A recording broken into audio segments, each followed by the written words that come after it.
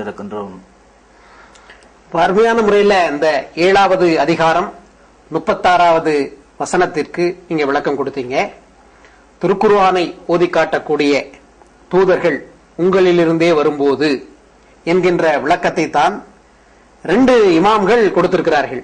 இமாம்கள் இந்த வசனத்திற்கு கொடுத்த விளக்க உரையும் இங்கே எடுத்து வைக்கப்பட்டிருக்கிறது. எனவே இது முகம்மதிய உம்மத்தையும் குறிக்கும், ஆதமின் சந்ததிகளே என்று கூறியதனால் இது அந்த ஆதமின் சந்ததிகளை தான் குறிக்கும், இது முகம்மதிய உம்மத்தை குறிக்காது என்று சொல்லக்கூடாது என்பதற்கு திருக்குர்ஆனிலிருந்து இதற்கு முன்னால் உள்ள சில வசனங்களையும் இங்கே அழகான முறையில் எடுத்து வைத்து இங்க சொன்னீங்க. இப்ப இன்று மக்கள் மத்தியில இன்னொன்றும் நிலவுகின்றது.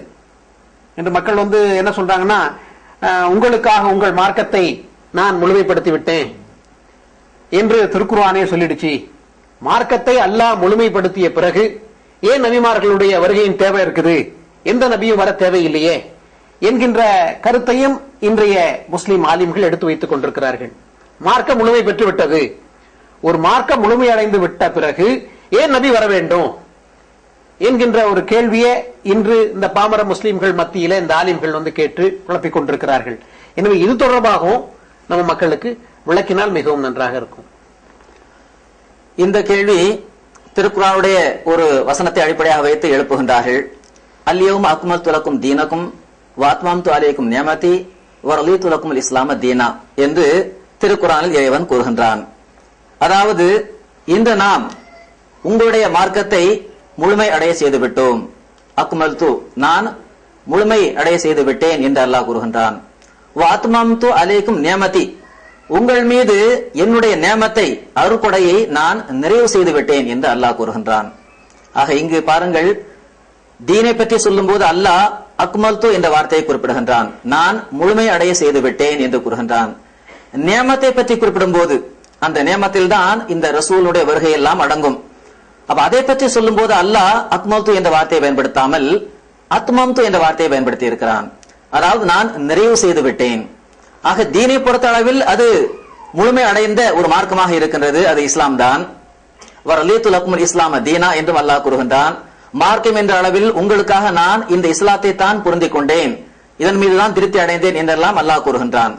ஆனால் அத்துடன் நியமத்தை நான் நிறைவு செய்தேன் என்று அல்லாஹ் கூறுகின்றான். ஆக இந்த வசனத்தில் அல்லாஹ் தீனை முழுமைப்படுத்தியதாக குறிப்பிடுகின்றானே தவிர இனி ரசூல்மார்கள் வரமாட்டார்கள் என்ற கருத்தை நாம் இதிலிருந்து எடுக்க முடியாது. அப்படியே அதற்கு அர்த்தம் கொடுப்போம் என்றால் பிறகு இதே கேள்வி ஹஜ்ரத் ஈசா அலைஹிஸ்ஸலாம் அவர்களுக்காகவும் நாம் இந்த கேள்வியை எழுப்பலாம். தீன் முழுமை அடைந்து விட்ட பிறகு ஏன் ஈசா அலைஹிஸ்ஸலாம் அவர்கள் 2000 ஆண்டு காலமாக வானத்தில் இருக்க வேண்டும்? அவர் ஏன் பிற்காலத்தில் இந்த உம்மத்திற்கு வர வேண்டும்? அவர் இந்த உம்மத்தில் அப்படி என்ன ரசூல் ஸல்லல்லாஹு அலைஹி வஸல்லம் அவர்கள் செய்யாத ஒன்றை அல்லது முழுமை பெறாத ஒரு விஷயத்தை அவர் சொல்ல வர போகிறார் என்ற ஒரு கேள்வியும் இங்கு எழுவதற்கு சான்ஸ் இருக்கின்றது. எனவே இந்த அடிப்படையில் ரசூல் ஸல்லல்லாஹு அலைஹி வஸல்லம் அவர்களும் இந்த ஆயத்தை எப்படி புரிந்தார்கள், நமக்கு எப்படி புரிய வைத்தார்கள் என்றுதான் நாம் பார்க்க கடமைப்பட்டிருக்கின்றோம். இந்த அடிப்படையில் அபூ தாவூதில் நாம் ஒரு ஹதீஸை பார்க்கின்றோம். அல்லாஹ் இந்த உம்மத்தினுடைய ஒவ்வொரு நூற்றாண்டின் ஆரம்பத்திலும் முஜதித்மார்களை இறைவன் எழுப்புவான். இன்னல்லாஹ யபாசு லிஹாதில் உம்மத்தி அலா குல்லி ராசி மியத்தி சனத்தின் மை யுஜதிது லஹா தீனஹா என்று ரசூல் ஸல்லல்லாஹு அலைஹி வஸல்லம் அவர்கள் குறிப்பிட்ட ஒரு ஹதீஸ் அபூ தாவூதில் இடம்பெற்றிருக்கிறது. அதாவது ஒவ்வொரு நூற்றாண்டுடைய ஆரம்பத்திலும் இந்த தீனை புதுப்பிப்பதற்கான அந்த முஜதித்மார்கள் தோன்றுவார்கள் என்று ஹஜ்ரத் நபி ஸல்லல்லாஹு அலைஹி வஸல்லம் அவர்கள் கூறினார்கள். இங்கே பாருங்கள், தீன் முழுமையடைந்து விட்டது என்ற வசனம் இருக்கிறது ஒரு பக்கம். அதே சமயத்தில் ஹஜ்ரத் ரசூல் ஸல்லல்லாஹு அலைஹி வஸல்லம் அவர்கள் இந்த முழுமையடைந்து விட்ட இந்த ஆயத்தை அதிகமான முறையில், நம் அனைவரையும் விட அதிகமான முறையில் புரிந்த ரசூல் ஸல்லல்லாஹு அலைஹி வஸல்லம் அவர்கள் கூறுகிறார்கள், ஒவ்வொரு நூற்றாண்டின் ஆரம்பத்திலும் முஜதித்மார்களை, சீர்திருத்தவாதிகளை இறைவன் தோற்றுவிப்பான் என்று கூறுகின்றார்கள். அந்த அடிப்படையில் ஒவ்வொரு நூற்றாண்டின் ஆரம்பத்திலும் முஜதித்மார்கள் தோன்றியதாக மார்க்க அறிஞர்கள் ஒப்புக்கொண்டிருக்கிறார்கள். அவர்களை முஜதித்மார்கள் என்று ஏற்றுக்கொண்டும் இருக்கிறார்கள். எனவே அவ்வாறு ஒரு முஜதித்மார்கள் தோன்றுவது, இஸ்லாத்துடைய அந்த அடிப்படை கருத்துக்களை மீண்டும் மக்களுக்கு முன்னால் எடுத்துச் சொல்வது, இது அந்த முழுமை அடைந்த தீனுக்கு, தீன் முழுமை அடைய செய்து விட்டோம் என்ற இந்த வசனத்திற்கு மாறுபட்டதாக இருக்காது என்பதை இந்த ஹதீஸிலிருந்தே நாம் தெரிந்து கொள்ள முடிகின்றது. ஆக இந்த அடிப்படையிலும் நாம் சொல்ல வர கருத்து என்னவென்றால், பிற்காலத்தில் தோன்றி இருக்கின்ற இப்னு மரியம், இமாம் மஹ்தி அலைஹிஸ்ஸலாத்து வஸ்ஸலாம் அவர்களும் நிச்சயமாக இந்த தீனை புதுப்பிப்பதற்காகத்தான் வரப்போகின்றார்கள். இந்த தீனுடைய விஷயங்களை மேலும் மக்களுக்கு முன்னால் எடுத்துச் சொல்வதற்காகத்தான் வரப்போகின்றார்களே தவிர எந்த விதமான ஒரு புது கருத்தையும் அவர்கள் கொண்டு வரப்போவதில்லை. எனவே அவர்களுடைய வருகை நிச்சயமாக இந்த வசனத்திற்கு, அதாவது அக்மல்து லகும் தீனக்கும், உங்களுக்காக இந்த தீனை நாம் முழுமை செய்து விட்டோம் என்ற வசனத்திற்கு மாறுபட்டதாக ஒருபோதும் அமையாது. மாறாக அந்த தீனை புதுப்பிப்பதற்காகத்தான் அந்த இப்னு மரியம் தோன்றி இருக்கின்றார்கள். அந்த மார்க்கத்தை புதுப்பிப்பதற்காக, அதில் மக்கள் மறந்துவிட்ட பல்வேறு விஷயங்களை மீண்டும் மக்களுக்கு நினைவூட்டுவதற்காகத்தான் அந்த இமாம் மஹ்தி அலைஹிஸ்ஸலாத்து வஸ்ஸலாம் அவர்கள் வருகிறார்கள் என்றுதான் இந்த ஆயத்தின் மூலமாக நாம் விளங்க முடிகின்றது. அடுத்து நபிமார்களை அனுப்புவது அல்லாஹ்வுடைய ஒரு நடைமுறை. அல்லாஹ் நபிமார்களை எப்போது எங்கு தேவையோ அங்கு அனுப்பக்கூடியவனாக அல்லாஹ் இருக்கிறான். அல்லாஹ் தன்னுடைய செயல்முறையில் எந்த மாற்றமும் இல்லை என்றும் அல்லாஹ் திருக்குர்ஆனில் குறிப்பிடுகிறான். எனவே அல்லாஹ் இந்த நடைமுறையை நிறுத்திக் கொண்டான் என்று சொல்வதும் ஒரு தவறானதுதான்.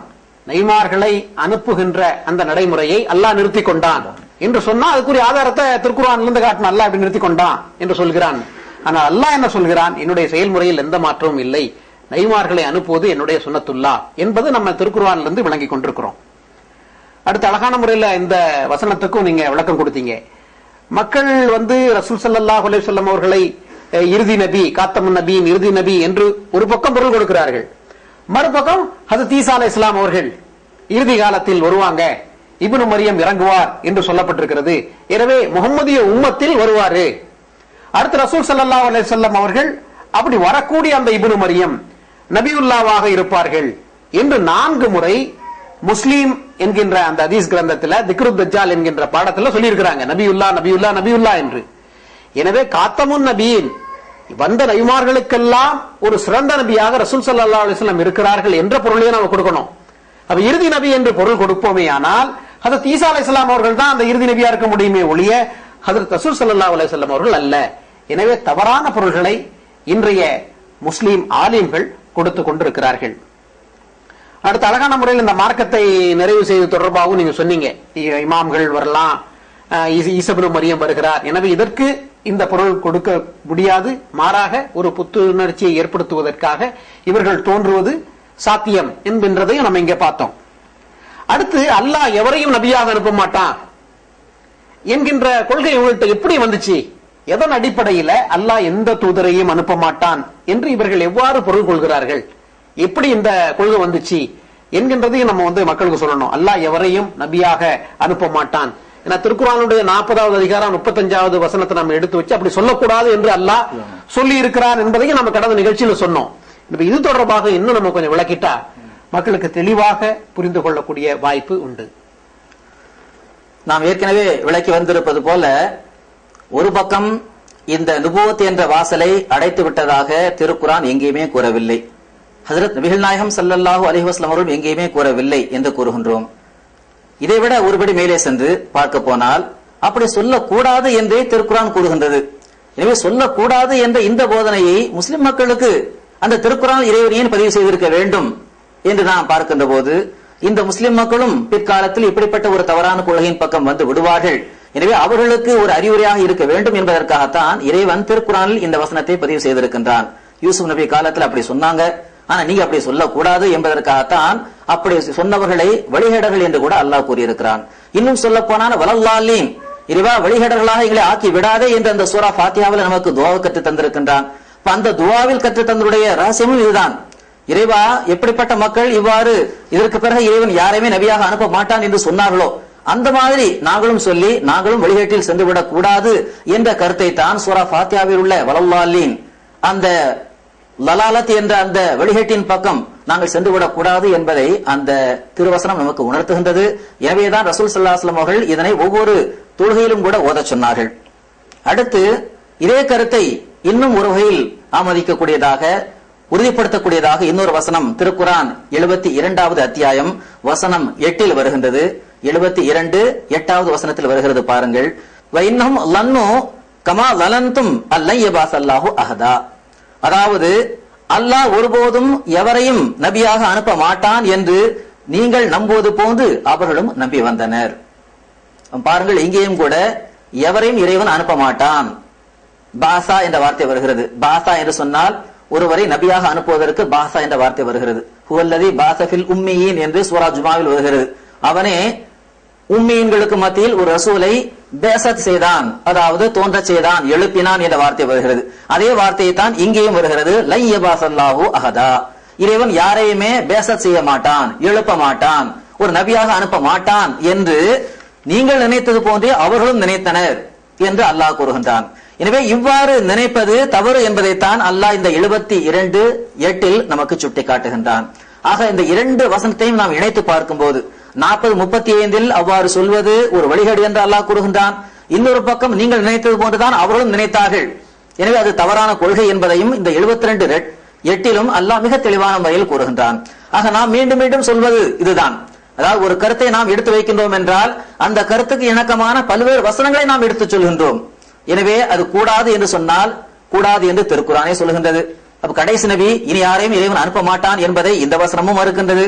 எனவே என்னதான் தீன் முழுமையாக்கப்பட்டு விட்டாலும் கூட அந்த முழுமையடைந்த அந்த மார்க்கத்தை மேலும் வலுவூட்டுவதற்காக, அதில் உள்ள விஷயங்களை சொல்வதற்காக இறைவன் பரமிருந்து ஒருவர் தோன்றுவார். அப்படி தோன்றுவது இந்த ஹாத்தம் நபியினுக்கு மாறுபட்டதாக இருக்காது என்பதைத்தான் இந்த வசனம் நமக்கு மிக தெளிவான முறையில் தெளிவுபடுத்துகின்றது. ஆக இந்த அடிப்படையில் வரக்கூடியவரை நான் நம்ப வேண்டும்.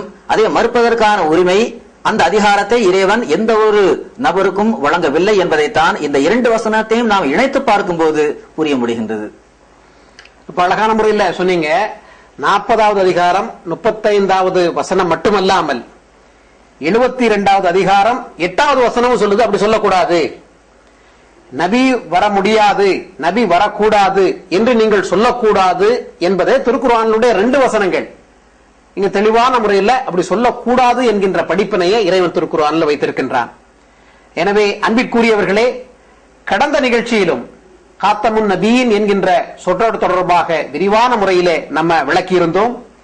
இன்று இந்த நிகழ்ச்சியிலும் திருக்குர்ஆனினுடைய சில வசனங்களை இங்கே எடுத்து வைத்து ஹஜ்ரத் ரசூல் ஸல்லல்லாஹு அலைஹி வஸல்லம் அவர்கள் சிறந்த நபி, முத்திரை நபி என்ற பொருளையே நம்ம கொள்ள முடியும். மாறாக அவர்கள் இறுதி நபி என்று இன்றைய ஆலிம்கள் கொடுக்கின்ற அந்த கூற்றிற்கு எந்த ஆதாரமும் திருக்குர்ஆனில் இல்லை. ஹஜ்ரத் ரசூல் ஸல்லல்லாஹு அலைஹி வஸல்லம் அவர்களே இந்த பதத்தை விளக்கி இருக்கிறார்கள் என்பதையும் நாம் மிக தெளிவான முறையிலே இங்கே விளக்கி இருக்கின்றோம். இன்ஷா அல்லாஹ் அடுத்த வாரமும் இன்னும் சில வசனங்களோடு உங்களை சந்திப்போம் என்று சொல்லி இந்த வகையில் இந்த நிகழ்ச்சியை நாம் நிறைவு செய்கிறோம். அடுத்து இன்னொன்றையும் நான் இங்கே சொல்லிக்கொள்ள ஆசைப்படுகின்றேன். சமீபத்தில் 1 கோடி ரூபாய் பரிசு அஹ்மதியா காதியானிகளுக்கு பகிரங்க சவால் என்று ஒரு பிரசுரமும் வெளியிடப்பட்டுச்சு. சமீபத்தில் ஹஜ்ரத் மிர்சா குலாம் அஹ்மத் காதியானி அலைஹிஸ்ஸலாம் அவர்களுடைய நூல்களில் இருந்து சில முன்னும் பின்னும் வெட்டி ஒரு பிரசுரத்தையும் வெளியிட்டார்கள். 1 கோடி ரூபாய் பரிசு அஹ்மதியா காதியானிகளுக்கு பகிரங்க சவால் என்று ஷரியத் பாதுகாப்பு பேரவை என்ற ஒரு பிரசுரத்தை வெளியிட்டு தமிழகத்தில் பல்வேறு இடத்துல கொடுத்தாங்க. அவர்கள் எடுத்து வைத்த அந்த அத்தனை ஆட்சேபனைகளும் தவறானது. இவர்கள் ஹஜ்ரத் மிர்சா குலாம் அஹ்மத் காதியானி அலைஹிஸ்ஸலாம் அவர்களுடைய மூல நூலை படிக்கவில்லை.